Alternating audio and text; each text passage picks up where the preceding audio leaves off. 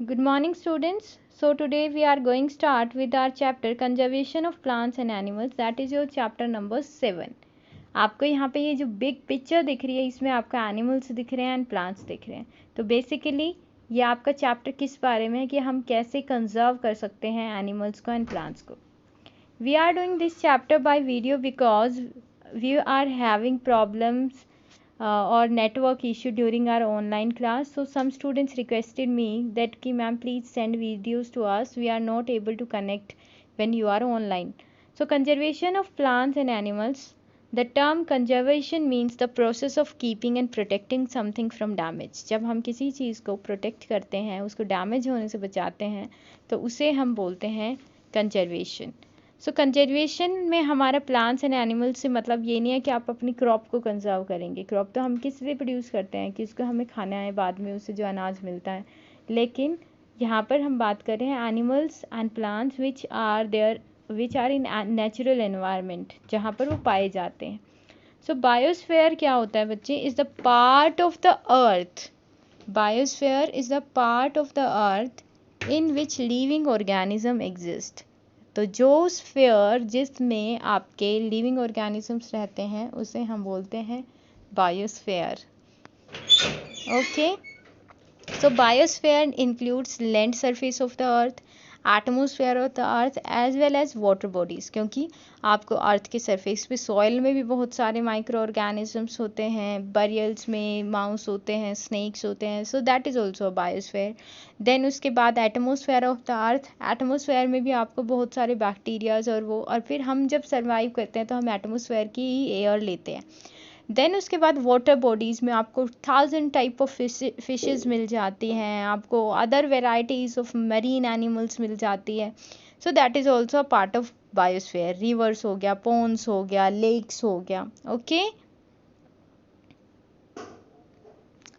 The animals living in the natural environment are called wild animals. और जो animals wild nature means nature में रहते हैं उन्हें हम वाइल्ड एनिमल्स बोलते हैं. The wild animals are not demonstrated by man, they are not domesticated by man.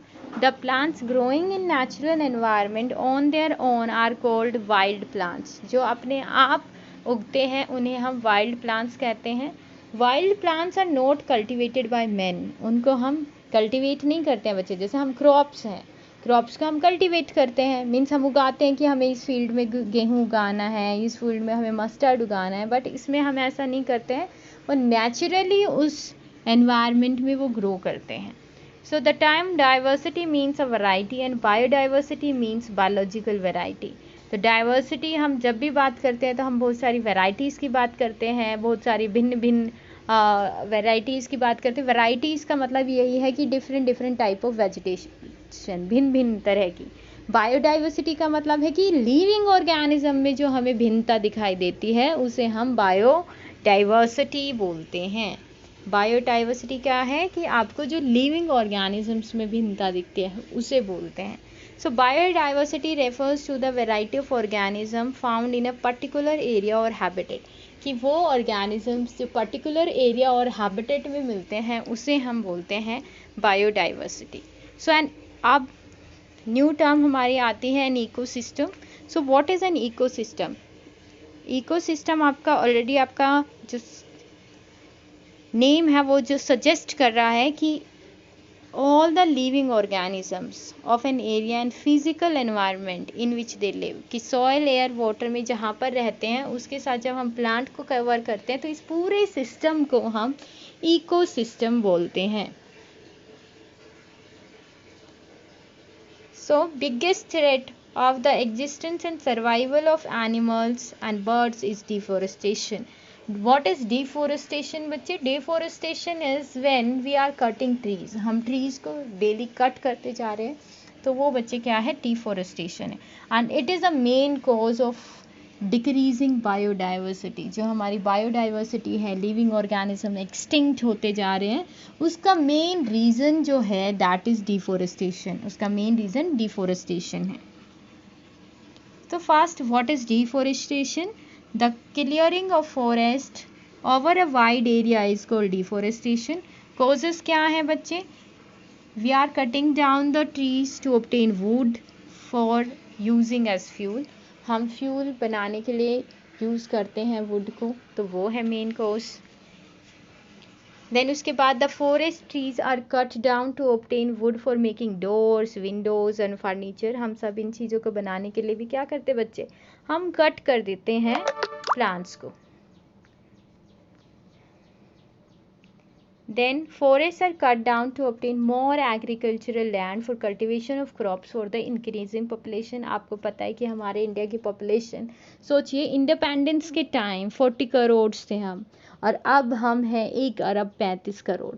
तो हमारी जो पॉपुलेशन है that is increasing by a very very fast rate. और इतना ज़्यादा, अगर आप सोचिए पॉपुलेशन बढ़ेगी तो हमें खाने के लिए अनाज भी ज़्यादा चाहिए, हमें पीने के लिए पानी भी ज़्यादा चाहिए, हमें घर रहने के लिए चाहिए। तो हम क्या करते जा रहे हैं, जो इंक्रीजिंग पॉपुलेशन है उसके लिए घर सुविधाएं, उसके लिए जो भी खाना है, सबके लिए हम क्या करते जा रहे हैं, we are clearing the forest. हम फॉरेस्ट को क्लियर करते जा रहे हैं, मीन्स उनको काटते जा रहे हैं। Forest fires, severe drought, some of the natural causes of deforestation are these causes only, forest fires and severe droughts। अब हम देख रहे हैं कि वो तो मैन मेड कॉजेज थे कि हमने पेड़ों को इसलिए काट रहे हैं क्योंकि हमें वुड चाहिए, टिम्बर चाहिए, हमें घर बनाने के लिए चाहिए। लेकिन हम देखते हैं कि there are natural causes also, जैसे कि अभी हमारे लास्ट सितंबर 2019 में 4 महीने तक ऑस्ट्रेलिया के जंगलों में आग लगी रही थी। तो वो भी क्या है, एक कॉज है फॉर द डिफॉरेस्टेशन और द नेचुरल वेजिटेशन जो आपकी कम होती जा रही है उसके लिए। फिर दूसरा हम देखते हैं कि ड्रॉट्स, अभी आप अपने ही यहाँ पर देख लीजिए, मॉनसून आई हुई है और हमारे कितनी बारिश हुई है, बहुत कम हुई है। तो इसका मतलब क्या है कि it will result into droughts. बहुत सारे एरियाज में ड्रॉट हो जाएगा, सूखा पड़ जाएगा। उसकी वजह से बच्चे क्या हो जाएगा स्टूडेंट्स, वहाँ पर आपको क्या दिखने को मिलेगा, deforestation. Consequences of deforestation, deforestation से क्या हो सकता है, first shortage of would and other forest products. हमारे को क्या हो जाएगा बच्चे, शॉर्टेज हो जाएगी किसकी, वुड की और फॉरेस्ट प्रोडक्ट्स की। विंडोज़ में हमें इनके लिए वुड अवेलेबल नहीं होगा। Okay, then deforestation will cause an increase in temperature of earth's atmosphere leading to global warming। Global warming cause करने के लिए क्या होता है कि हम देखते हैं कि कार्बन डाइऑक्साइड का लेवल बढ़ता जा रहा है, प्लांट्स कम है तो ऑक्सीजन कम है, तो ग्रीन हाउस गैस की फॉर्म में कार्बन डाइऑक्साइड वर्क करती है। ग्रीन हाउस क्या होता है बच्चे, जिसमें हम क्या देखते हैं कि जैसे ये अर्थ है, इस पर जब सन रेज आ रही है तो वो रिफ्लेक्ट बैक होती हैं ऐसे, लेकिन यहाँ पर कार्बन डाइऑक्साइड की और जो अदर ग्रीन हाउस गैसेज हैं उनकी लेयर आ जाती है और वो उसको एनवायरनमेंट में हीट रेज को एस्केप नहीं होने देती है। तो उससे क्या होता है कि अर्थ का टेम्परेचर बहुत ज़्यादा इंक्रीज होता जाता है। तो that is called as your global warming.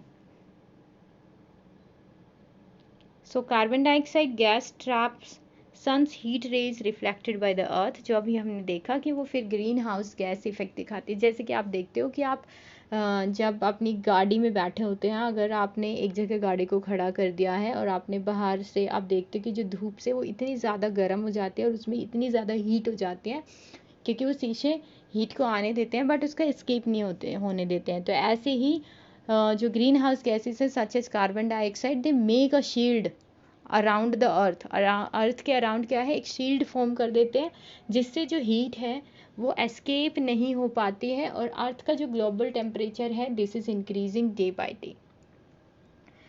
Then deforestation will cause soil erosion. Soil erosion होता है क्यों, क्योंकि हमें पता है कि जब हमने 6th क्लास में पढ़ा प्लांट्स के बारे में तो हमने क्या देखा था कि जो रूट्स हैं दे बाइंड द सॉइल पार्टिकल्स, वो सॉइल पार्टिकल्स को बाइंड करती है और उसको सॉइल को वहाँ पर एक जगह रहने में हेल्प करती है। तो अगर आप सोचिए कि हमारे पास प्लांट्स कम होंगे, हमने सॉइल, तो वो सॉइल के पार्टिकल्स को बाइंड करने के लिए इनफ नहीं होंगे, तो इससे सॉइल इरोजन होगा। इससे क्या होगा, जो लोअर लेयर है सॉइल की has less humus and is less fertile, क्योंकि फ्यूअर ट्रीज होंगे तो वहाँ पे ह्यूमस कम होगा और उससे लेस फर्टाइल होगा। एंड वी नो दैट कि थोड़े दिनों बाद वो डेजर्ट में चेंज हो जाएगा फर्टाइल लैंड, तो दैट इज कॉल्ड डिजर्टिफिकेशन।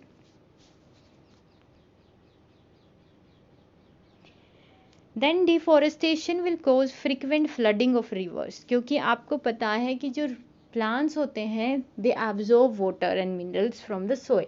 अब अगर रिवर के आसपास एरियाज़ में, या हम देखते हैं कि हमारे एरियाज़ में प्लांट्स कम होंगे, तो अगर रिवर फ्लड कर रही है तो जो पानी आ रहा है वो सारा का सारा क्या रहेगा, आपके वहाँ पे एरियाज़ में फ्लड क्रिएट करेगा। प्लांट्स होते तो वो क्या कर लेते, उसको एब्जॉर्ब कर लेते, तो उससे क्या होता, फ्लड कम आती। तो इसलिए वो क्या है, क्योंकि वो उनकी वाटर होल्डिंग कैपेसिटी क्या हो जाएगी, सॉइल की कम हो जाएगी, और विच लीड्स टू फ्लड, उससे क्या होगा, फ्लड होगा। एक्सेस वाटर जो ओवरफ्लो होगा बैंक ऑफ रिवर से एडजॉइनिंग एरियाज में क्या खोज करेगा बच्चे, फ्लड करेगा, और उससे क्या होगा, flood will damage standing crops, houses, even drawn people living in the near by areas. Then deforestation affects the water cycle, leading to a decrease in rainfall, and the decrease in rainfall lowers the groundwater level and could cause droughts। जैसे कि हम हमारे हरियाणा में देख रहे हैं कि अब हमारा जो पानी का लेवल है वो बहुत ज़्यादा नीचे जाता जा रहा है। वो किस वजह से हो रहा है बच्चे, क्योंकि जितना प्लांट्स कम होंगे तो ट्रांसपिरेशन कम होगा, ट्रांसपिरेशन कम होगा तो रेनफॉल कम होगा।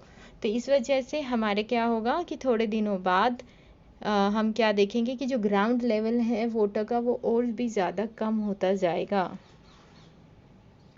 Then deforestation lead to the extinction of many wild animals and plants, क्योंकि जो भी एनिमल्स हैं उनका हैबिटेट क्या होता है बच्चे, प्लांट्स होते हैं। तो अब प्लांट्स, उनका हैबिटेट ही अगर आप ख़त्म कर देंगे, जो नेचुरल हैबिटेट है प्लांट्स का, वाइल्ड एनिमल्स का, अगर उसे हम डिस्ट्रॉय कर देंगे तो वो इनफ फूड नहीं मिलेगा and they will starve to death. वो भूखे होने की वजह से वो मर जाएंगे। सो डिफॉरेस्टेशन रिड्यूसेस रेनफॉल को भी रिड्यूस करता है, फ्लड कोज करता है। तो इससे क्या होता है कि वहाँ की जो डाइवर्सिटी है वो क्या हो जाएगी बच्चे, कम हो जाएगी ऑर्गेनिजम्स की। सो today we will do this much only. You have to study about deforestation and its effect on plants and animals. तो आपको यहाँ तक करना है और आपको लर्न भी करना है। Thank you so much for listening.